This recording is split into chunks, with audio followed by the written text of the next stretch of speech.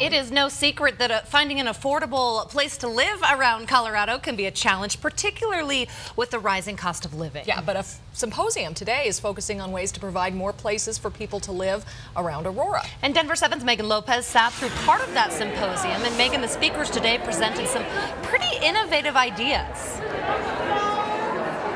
Yeah, innovative is one word for it, Molly. Nicole, I mean, look at this block. It looks like an ordinary cement block, right? But this is actually one of the options that was presented today in order to cut down on the cost of housing. It was just one of the many things that were discussed.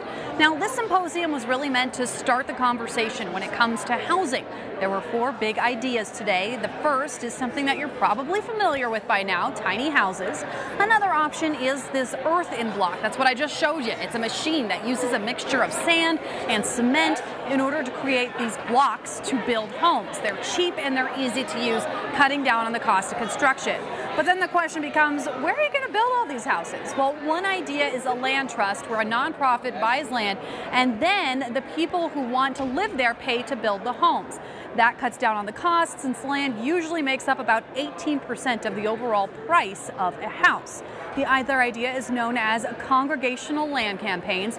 The idea here is to build houses on land that's owned by different churches and then work with them in order to help the poor. But the bottom line is that something needs to happen and that there needs to be different approaches in order to address the housing crisis here in Colorado. Everyone is feeling the housing crunch.